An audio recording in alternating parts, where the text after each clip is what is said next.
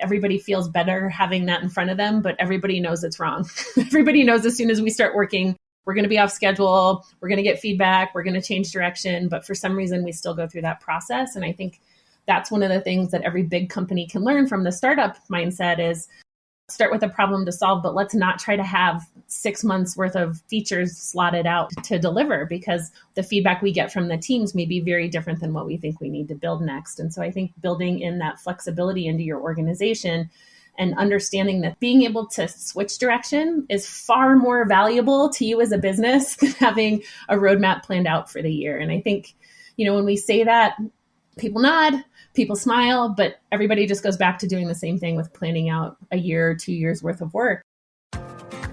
Creating great products isn't just about product managers and their day-to-day interactions with developers. It's about how an organization supports products as a whole, the systems, the processes, and cultures in place that help companies deliver value to their customers. With the help of some boundary-pushing guests and inspiration from your most pressing product questions, we'll dive into this system from every angle and help you think like a great product leader. This is the Product Thinking Podcast. Here's your host, Melissa Perri. Hello, and welcome to another episode of the Product Thinking Podcast. Today, we are kicking off a 4-week-long segment on pivots during COVID. So we're going to be interviewing 3 different product leaders at 3 different types of companies who really had to figure out their strategy, do some pivots during COVID. And we tried to think about how did they lead the teams, how did they think around their pivots, and what led to the success at the end of the day. So today, we're kicking it off with Colleen Johnson. She's going to walk us through how she pivoted her startup as the CEO and the founder and the lead product person. The week after that, we're going to look at Envoy, which was a growth stage startup. Some of you may have seen it. They're really how you sign into a lot of offices when you went to visit people. And again, a critical thing during COVID, we're not going into offices. What does Envoy do? So we're going to talk to Alex, who was the head of product there, and he's going to tell us about what Envoy did during COVID. And then we're going to finish up with John Shapiro from Wayfair, who's going to walk us through what did Wayfair do during the COVID pandemic, but also what are they doing now as we look towards the world kind of getting back to normal, but not quite. So Wayfair also has lots of wonderful things to learn about the shipping industry and all that stuff that we're dealing with right now. Finally, we're going to wrap it up with a Dear Melissa, where we're taking your questions on pivoting, refining your strategy in crisis, all of that stuff. So if you have any questions along the lines of that, please submit them to dearmelissa.com. And that's how we're going to wrap up this 4-week segment.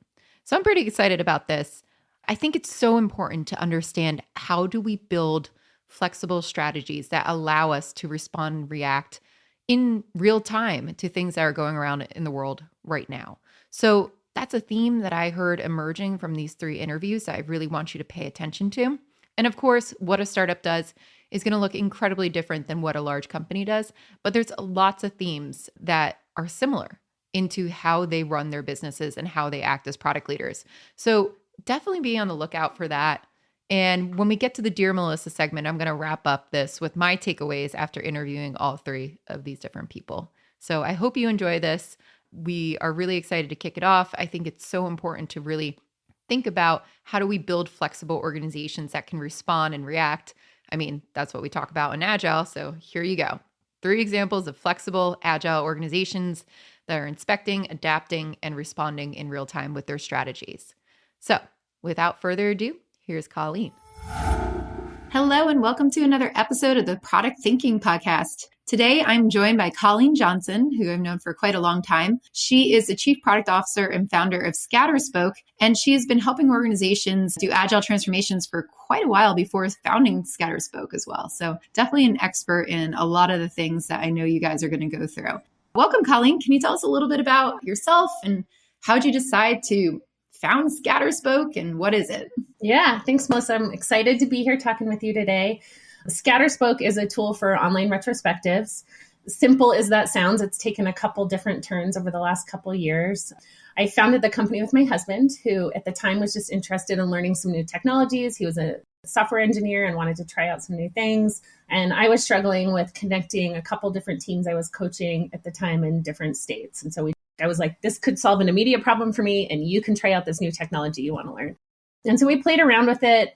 It was all public, but we weren't trying to start a business. We were just trying to solve a very specific problem for each of us. And we put it out there, and there were no signups. It was free. It was basically just a board, right? A board to post stickies on. And we went through at one point and we were like, oh, it'd be interesting if we had people sign up, like if you had to put an email in. And again, no features went in, no thought went into this. It just sat out there public for a year or so. And one day we went and looked at it and we were like, we've had 30,000 people sign up for this tool. Holy shit. Like, maybe other people have the same problem we have. And so we started really investing a lot more time in it. And then in 2019, we joined a bootstrapped accelerator program that allowed us both to focus on it more full time.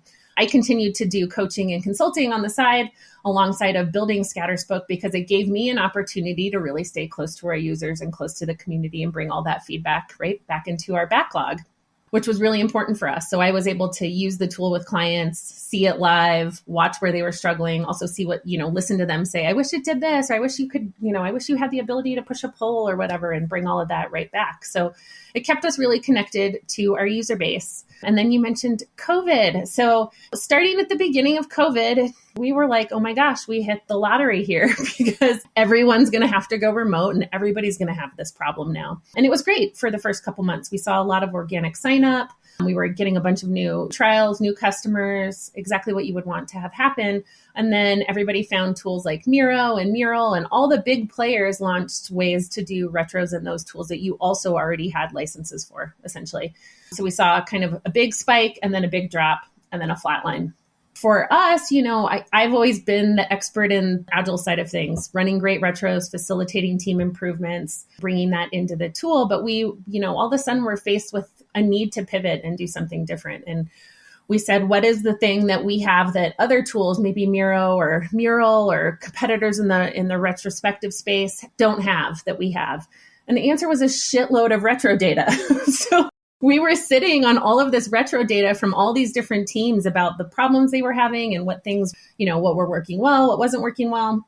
So we set out to build some really robust reporting and leverage AI and machine learning that we programmed against that data set. So rather than buying like off-the-shelf machine learning tools where they're used to looking at an entire block of text and ranking it or interpreting it, we were looking at these quippy things on retro cards that were like, we need better unit tests. And so we went through and classified all of these data points that we had into categories and positive or negative sentiment so that we could start to offer really robust reporting to an organization on what was actually coming out of these retrospectives. So we found this niche all of a sudden that I was not an expert in anymore.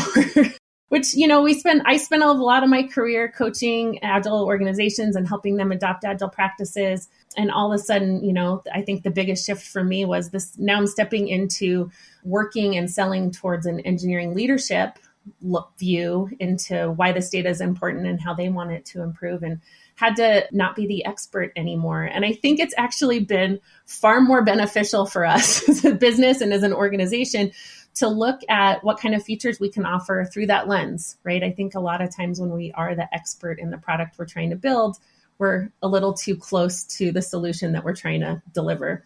Yeah, I think that's a really good point and a really interesting shift for you too.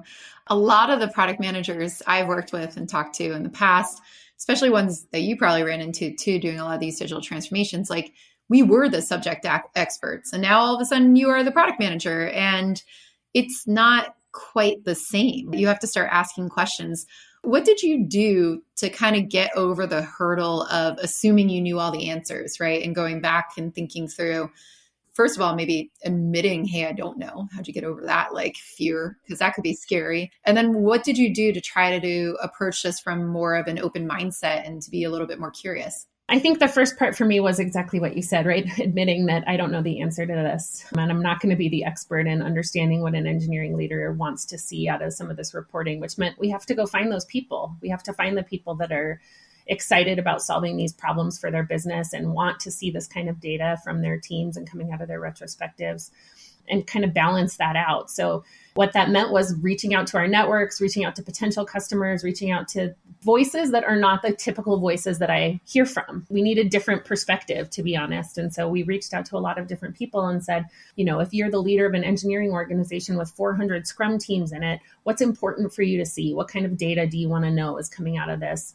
And then from my perspective, how do we balance that with some team safety, right? Because we don't want this to be an open box where you can go and see everything that every team has said in their retro. So we had to balance this with some agile perspective and some team safety, the importance of team safety, where we can kind of scrub the data and abstract the data in a way where we're delivering what engineering leaders want to see in reports like this, but we're also balancing that with keeping the safety of the conversation for the team. And so I knew that I had strong feelings about the team safety side of things and keeping the retrospectives closed off to the team. And it meant that we just had to go find those other voices. It was a lot of interviews. It was a lot of demos of very shitty, broken reports where we were like, oh no, like every demo ever.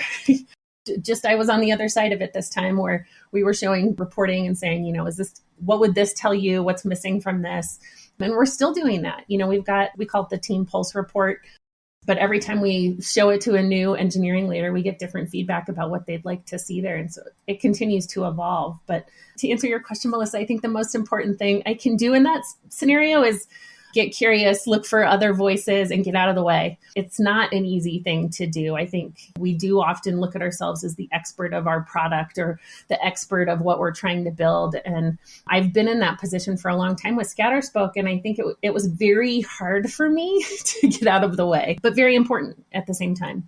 Yeah. So one of the things that you were just talking about kind of sparked in my head, because I have a lot of, I think, students doing this at Harvard, and I hear this from a lot of product managers who are launching new product lines, going out and finding these engineering leaders that you did not have the relationships with. You did not actually build something for them before. How did you even find them? How do you approach them? I think we get scared to go ask strangers, right, about what they need and where their problem is. But what was your process for finding the right people and getting in front of them? Yeah, in some cases it was referrals. So we reached out to Agile contacts in the Agile community and said, do you have somebody in your organization that would offer feedback this way? And so a friendly invite, right, gives you a little bit of a leg up over a cold outreach on LinkedIn. But we did some cold outreach on LinkedIn too and said, we saw that you set up a trial. We'd like to walk through the data and tell you what we see in the data and have you offer feedback about this reporting. If it's helping, what's missing, like I said. So I think it's kind of getting into the mindset too of the worst they can say is no, right? So we asked a lot of people and we got a lot of no's, but we just put it out there and tried to hear from the voices that we don't normally hear from when we're doing the way we built this tool, right? We built this tool squarely from an Agile perspective, and now it's kind of shifting the perspective to different users. And now that's trickling down into a lot of what we're doing. So we're still leveraging different persona types, right? Are you a Scrum master? Are you a release train engineer? But now that persona list looks a little bigger. So are you a developer on a team with no Scrum master, but you still want to run retros? How do we make that easier? Are you an engineering leader for, like I said, an organization with 400 Scrum teams? What is important for you to be able to see in these reports? And so we've really just expanded our personas, I think, to consider a lot of other perspectives that we didn't start with. Being a chief product officer too, I find that product leaders, sometimes we're trying to balance how to be curious and not know all the answers, but also how to give direction to your team, right? And not look like, I don't know what I'm doing over here.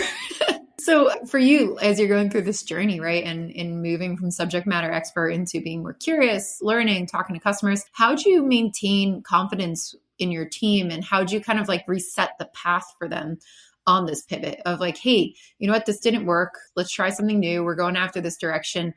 How do you kind of go into that uncertain territory? I think there's a couple things that we try to stay grounded in and also really struggle with. And I would say the biggest one, which hopefully this helps everybody understand that this isn't an easy thing to do, but getting what we're putting out as small as possible so that we can learn quickly and try something new. And, when I coach teams and I help organizations adopt Agile practices, we tend to spend so much time on how we deliver and not enough time on how we break the work down. And you can do Scrum or Kanban by the book, but if you're not breaking your work down in a way that's allowing you to iterate quickly and get feedback quickly, none of that process matters.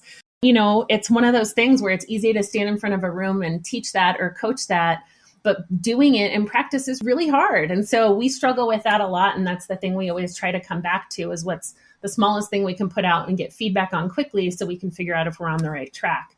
Small chunks that you can learn from, and not planning out a quarter or 6 months worth of work that's stacked back to back, but really saying like, let's throw something small up and see what we can learn and keep going. And I think that continues to be the thing that we have the most room for improvement on. We'll start a release and have one, we'll be like, this is what we're going to put out next week. And then 5 more things get added to it. And we'll get all these like intercom messages that are like, we need this, or we need that, or can you add this? And we squish them all into the same branch. And then 6 weeks from now, it still isn't deployed because we overloaded it with things that weren't relevant. And so I think keeping laser focused on those small chunks helps us get feedback more quickly so that we can learn as quick as possible. Yeah, the small chunks is like really important. Did you know I have a course for product managers that you could take? It's called Product Institute. Over the past 7 years, I've been working with individuals, teams, and companies to upskill their product chops through my fully online school. We have an ever-growing list of courses to help you work through your current product dilemma. Visit productinstitute.com and learn to think like a great product manager. Use code THINKING to save $200 at checkout on our premier course, Product Management Foundations. You're in MVP territory, and I feel like, startups MVP. This is totally all the stuff I used to preach about for such a long time. How do you know when you had enough value in your first small chunk, in your first small iteration? Because that is the thing that I get pushed back on all the time, even like 10 years later on this conversation about, we can't possibly put it out. It's too small. They need the whole thing. Like, you're basically building for like engineering leaders at large companies, right? Like, you're dealing with really large companies. Like, what's your story of how'd you go through chunking it? Like, how'd you test it and be like, keep it small and keep that discipline there? It's less about their response and more about what we learn in some ways. So sometimes the best small chunk is one that's going to tell you you're down the wrong path, right? And if you can deliver something small and have somebody tell you this is not what I want, or this isn't, I won't pay for this, which we have had happen, right? We've put stuff out, we've showed someone and they've been like, that's cool, but I'm not going to pay for that. That's not enough to get my checkbook out. That is a valuable chunk in my mind. Like, that's a valuable MVP. That's a valuable thing to have happen because we didn't spend a year and a half to get there. Like, I'd rather know quickly that we're wrong. So I think that response is worthwhile. And then I think the other thing is the excitement, right? So when you demo some of these things or you show them to current customers and you're like, here's where we're headed with the reporting and here's what we're thinking next, it doesn't mean that next thing has to be there. It's like, here's a little bit of the base. If that gets them excited about what we're talking about next, like connecting those things, then I feel like that's always kind of our indication we're on the right path. And then looking at that across all those different personas to say, does the Scrum Master get excited about the same thing the engineering manager gets excited about? I think also helps us connect some dots to see if we're on the right path or not. From a systems perspective, was solving something for the whole organization instead of just one person being the champion for the tool. Because I think when you're thinking about SaaS adoption, if it's just one person yelling loudly that we need this thing, it's going to be a lot harder to get traction. So we have to think more holistically about, are multiple people in the organization getting what they want out of what we're delivering? Yeah. How'd you go through the process of thinking through that, right? Those ecosystems.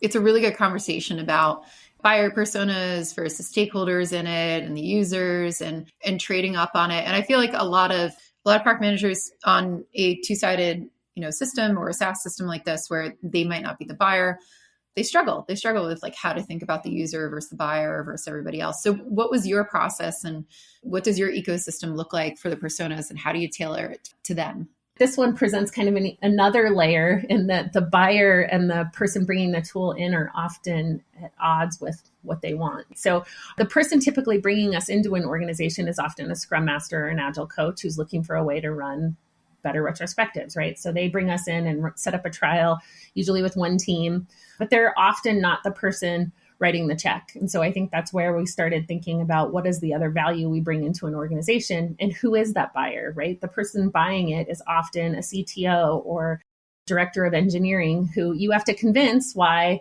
a retro tool is needed. And so their lens for that is going to be very different. And in a lot of cases, they're not a fan of retros, right? Let's be honest, so many development teams feel like it's a complete waste of time. They're not getting value from it. They're not seeing improvement out of it. And so what we really wanted to focus on was that specific problem. We can create a great tool to gather data and report on data, but if your team isn't getting value out of doing that, none of that machine learning is going to address that. So how do we make the tool really attractive to developers so that they can add cards from Slack or make notes of things out of Teams, right? Or what are the tools you're in every day? We're focusing now on like pulling in integrations of data from GitLab or GitHub or Bitbucket. Like, how do we suck all that stuff into your retro so that we're making your retro more productive? Because at the end of the day, that's what that's for. So kind of backing up a little bit and focusing less on maybe what we would think is like voting and grouping, right? Of less on those features, but how do you make your retro more valuable? And so that I think requires thinking more about Scrum Masters might bring us in and engineering managers might write the check. But if the teams aren't excited to use our tool, none of that matters. You made me start thinking too, retrospectives are so valuable because they start surfacing up where a lot of the issues are in the organization. And I know you're selling to engineering leaders, but I feel like product leaders need to understand this too. And when we talk about product operations, it's funny, one of my CPO students was like, oh, you never talk about product operations on your podcast. I feel like I beat this to death, but I love this topic because it is about gathering the data and trying to figure out, can we deliver good software? And if not, like, what's happening? So when you're doing these retrospectives and gathering the data, what types of things are you sending to the engineering leaders? Like what types of data are they actually looking at? And how does that tell them about whether or not they can deliver? Because I feel like that's important for a lot of the product leaders who are listening to this to understand, because they're not having the conversations they should be with engineering leadership. Like you can have the best idea go through a system. If we can't deliver on it, or we don't have the capacity for it, how could we possibly, even execute on our strategy? So what do you do to help engineering leaders understand their data? And like, what types of data have you found really resonate with them? So we break our data kind of into two separate categories on the reporting side of things. We look at action item data. So it's a cumulative flow diagram of, are you closing out your action items, or are you just ratcheting up open ones that you're never going to do anything with? Because that's not going to help anybody improve. We also look at average time to close action items, which I think is interesting data. If, depending on if you're doing your retros 2 weeks or monthly, are you closing them out kind of in a similar amount of time, or does it take you 6 months to close one? So that's always an interesting data point. But then the other data that we're reporting on in the Team Pulse report is really the context of what the teams are discussing. We do a couple different things with that. We tag themes. And so that's you can do that automatically, or you can override the tags that we attribute to the cards. One of the categories in there is product. So we have product, people, process, tools and tech. And so you can go through and say, like, we have a really high volume of cards that are talking about product or maybe talking about process. And are they more negative or positive in tone? What's really interesting, I think, is when I'm running retros in the tool, I often will look at the sentiment and the themes and ask the team to pull up calendars, or I'll look at my calendar for that team and say, hey, it looks like at the beginning of March, our sentiment was really negative and our conversations around process were really negative. What was happening for us that first week of March that might have attributed to that? So you can start to connect some of the dots between what was going on for the team and what the conversation looked like. But I find that the sentiment is really what engineering leaders get excited about. If you think about the world we're living in now, where everybody is remote, the ability to walk down a hallway or walk over to an area on your engineering floor and hear one team say, oh, we're struggling with our unit tests and can't seem to make time for these. We're always rushed and we're adding more tech into the system. And then hear that same conversation when you walk another 20 feet down the hall is gone. So everything has to be very scheduled and purpose. Like you have to have a purpose to get everybody to talk about tech debt or unit test or whatever the case may be. What we're trying to do is give engineering leaders a little bit of visibility into that before shit hits the fan. So how do you start to get, eventually I would love to have predictive analytics in the tool. So it's saying, like, based on your team's output and these keywords and this sentiment, you're at risk for losing an engineer, you're at risk for whatever. But right now, what we're trying to do is just help connect those dots, because there isn't really a way to do that if we're not physically in the same place anymore. And so I think you're missing some of that overlapping conversation and organic opportunities to identify those patterns, because we're not all in the same place. And so that's really what we've been able to help engineering leaders latch onto. And same thing, from a product perspective, we have the ability in the tool to scale retros. You can do like program or portfolio retros. I find that product folks really love that feature the most, because if you're a program manager or a product manager with multiple teams that you're working with, you can then look at reporting for 3 teams at once to say, all 3 of my teams are all struggling with this same thing, around work breakdown or about getting more vertically sliced user stories or whatever the case may be. But you can see that all in one place instead of connect 5 different retro outputs together to figure that out. Cool. Yeah, I can see that definitely being helpful for chief product officers and engineering leaders alike.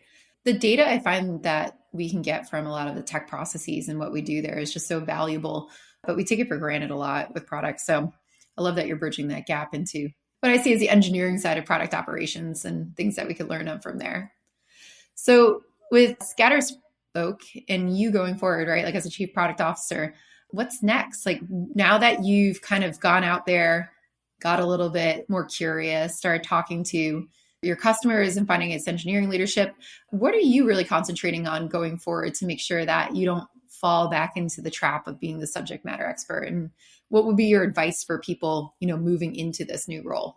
Well, I think the future, at least where we are right now, looks like even more things that I don't know anything about. And I am trying to look at that with excitement. We're talking about integrations with a lot of different development tools, security tools, DevOps tools, where, maybe it's triggering a retro from a security breach or an outage, right? To talk about what went wrong. These are all things that are very outside my wheelhouse, and I'm excited, I'm nervous, but I'm trying to approach all of them from a place of curiosity. And what can I learn about that problem that helps me understand what other problems could be solved? So we were talking a little bit before the call, and I was mentioning like doing a bunch of integrations with Atlassian. I know Atlassian's tool suite well. I've used it for 20 years. So it's like that is very close to me. I'm trying to go into all of the integration conversations around different places and touch points with Jira to integrate, looking at it less from I'm an expert and I know what Jira data we need to bring over, instead to how do we use this as a model to go integrate with all these other tools, which I know nothing about, or I don't know what data we need to bring back, but looking at it as kind of that small chunk learning opportunity. I have an opportunity to try this maybe with something more familiar, but how do I use this as a way to understand what problems exist with other tools and what data is going to be important to bring in? And I think that's my recommendation to every product person out there is try to get out of that expert seat that, it's comfortable. I'm not going to lie. It's easier to be the expert than it is to try to go learn all of this. And it's almost less about learning all of it and more about being curious and trying to find different angles and different perspectives from your own and get really comfortable not being the expert so that you're out there trying to find different voices. It's easier. It's easier to have the answer than it is, like you said, to go to a team and say, we talked to 20 different organizations and here's all the things we heard. Let's review that data instead of me telling you what we should build. That gets the team more excited too. It gets them more bought in. They want to have those conversations. You spend a lot of time hiring really smart people. Let them be part of that conversation too, because I think you're going to have a more engaged team if you get them involved in that instead of just telling them what to build. I love that. And one question I get from a lot of startup founders on here too. I know we don't talk about startups that much on this podcast just because it's not really where I specialize. I specialize more at scaling. So it'll be good to pick your brain on it as a founder too. You know a bunch about product. You know a bunch about technology. You are the chief product officer right now. Biggest question we get asked, when should you consider hiring another product manager? So for you, as you're looking about the trajectory and what's going forward, what would be the signs that you're going to look for when you say, I need some help and I want to actually bring somebody in? Yeah, I think it's going to be more about personality than about expertise. And so what I don't want to do is say, oh, we need somebody with an engineering management background to come be a product manager for us, because I think that puts them in the same boat as me, where they are going to feel like they need to have all the answers for that, what we're solving for that persona. I think what I look for more is that curiosity, the process that you go through, take something big and break it down and understand how do we put those small chunks out that we can learn from. To me, when I'm hiring for product folks, that's far more important than expertise in a specific area is how you approach that process. And then I think willingness to be wrong, right? I think when we first talked, we said what we all need as a project manager or product manager is to get really great at being wrong and get comfortable with it. Same thing of you can ask a million people for feedback and they might tell you no, but the 5 people that give you feedback are going to help you shape the direction of where you're going. And I think the same thing is true from product management perspective is how do we get really great at being wrong or not having the answers so that we're going out there to learn from other people and ask questions and be really open-minded about what we're hearing instead of feeling like I've got a solution and I need you to prove my solution wrong. I want to hear what things you're doing now and really be open-minded to where that could take the product next. When you were just talking about this, I started thinking too, these are all things I know that you talk about to large corporations and I've taught in large corporations. And I get a lot of pushback sometimes that are like, we're a large corporation. We're not a startup. We can't think this way. And it's just dawning on me, you are literally across both of the spectrums now, right? Like you have done the Fortune 100 companies, you've done all the transformations inside there, you've worked with their CEOs, you've worked with their exec team and their product managers, and now you've got a small startup on this side. What similarities have you found between how people should be doing product management in larger corporations like that? Like what would you bring into that to help? And maybe where are the differences? Like, how do you kind of compare and contrast those experiences as it comes to really building product? So starting with what can be the same, whether you're a 5-person company or 5,000-person company, right? I think trying to start every product with what problem you're trying to solve instead of a solution, I think is super important. And it's super hard to do when you have a roadmap of solutions in front of you. I would say that's the thing I think every organization can get a little better at. I feel like there's this false sense of reality when we build out a roadmap for the year of everything we're going to build. It's like everybody feels better having that in front of them, but everybody knows it's wrong. Everybody knows as soon as we start working, we're going to be off schedule, we're going to get feedback, we're going to change direction. But for some reason, we still go through that process. And I think that's one of the things that every big company can learn from the startup mindset is start with a problem to solve, but let's not try to have 6 months worth of features slotted out to deliver because the feedback we get from the teams may be very different than what we think we need to build next. And so I think building in that flexibility into your organization and understanding that being able to switch direction is far more valuable to you as a business than having a roadmap planned out for the year. And I think, when we say that, people nod, people smile, but everybody just goes back to doing the same thing with planning out a year or 2 years worth of work. And that's the thing I see so many big organizations really get stuck in that. Then you're just chipping away at a roadmap that's never going to change, even though we know it might not be the right thing for us to be working on. Yeah, I think that's huge. Like what you just said is, to me, one of the most important parts and really a good way to tell if you have an effective strategy. Like, can you change it? Can you go in a different direction? What types of things would you recommend for these larger organizations to really bake that into their planning processes, their strategy processes? Like, what are some of the tenets that you've seen work well at scale there? We're seeing a great shift in the industry already, just focusing on the whole concept of outcomes over outputs. And I think that's a step in the right direction. But you can still, I think, have a very rigid plan for what you're going to deliver, even focusing on outcomes. And so it's kind of lip service for a lot of businesses that are like, oh, we're going to focus on outcomes, but here's our roadmap to deliver those outcomes. So I think that's one piece of it, is trying to focus on the outcomes and say, when we've achieved this, then we know we're done with this piece. But I think the other part of it is leveraging things like Kanban for product and saying, portfolio level, here's options of things we might consider next, but we're not going to commit to one of those until we've delivered something and learned something. So really creating this giant feedback loop to say, as these small chunks of things go and we can get feedback, we're going to use that feedback to pick what's next. And it's not to say that you're not planning or figuring out what those options could be next. That still has to happen. We still have to be doing some upfront work, so there's not these long lulls in between deploying and starting the next thing. But it's saying, like, we're going to have enough options available that we can learn from what we've deployed, look at those options, and pick the right best thing at the moment. Because I think when we try to stack all of that in, we're not giving ourselves that flexibility. And I love the way you said that, Melissa. I wish more organizations would weigh or grade their agility or the health of their product system based more on their ability to change direction and less on their ability to follow a process. Yeah, definitely wise words for a lot of the organizations out there to listen to. Well, thank you so much for being on the podcast, Colleen. Where can people go find out more about ScatterSpoke and yourself? Well, we'll be in Nashville, I think, with you. Yeah, Agile 2022. Yeah, definitely. I'm looking forward to it. So we'll be there at the end of July, but you can always learn more about ScatterSpoke at scatterspoke.com. We're on Twitter, we're on Instagram, And we're always looking for feedback. I mean, we learn best from even the angriest feedback helps us grow. As you know, from a product person, sometimes it stings, man, but it does. But it's good. It is. It's helpful. And that's the best way we can learn. So we welcome all the feedback on what you see there and what you wish was there. And we really do take it all very seriously. So check it out and let me know. Great. Well, thank you so much for joining us. And for those of you listening, you can learn more at productthinkingpodcast.com. We will have all of Colleen's links on there so you can go find out more about her and ScatterSpoke.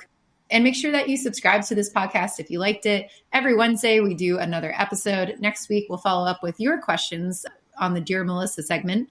So if you have any questions for us, please go submit them to dearmelissa.com. And we'll see you next Wednesday. So next Wednesday, we're going to continue this segment, our mini program on pivoting during COVID. We're going to be speaking with Alex Hefner, who is the head of product of Envoy, and he'll tell us about what a scale-up company did in the face of COVID and how they reacted to that. Also, remember to submit your questions all about this topic to Dear Melissa. We're going to be answering those in 2 weeks after our last episode with John Shapiro from Wayfair. So tune in and make sure that you subscribe so you don't miss anything in these segments. We'll see you next time.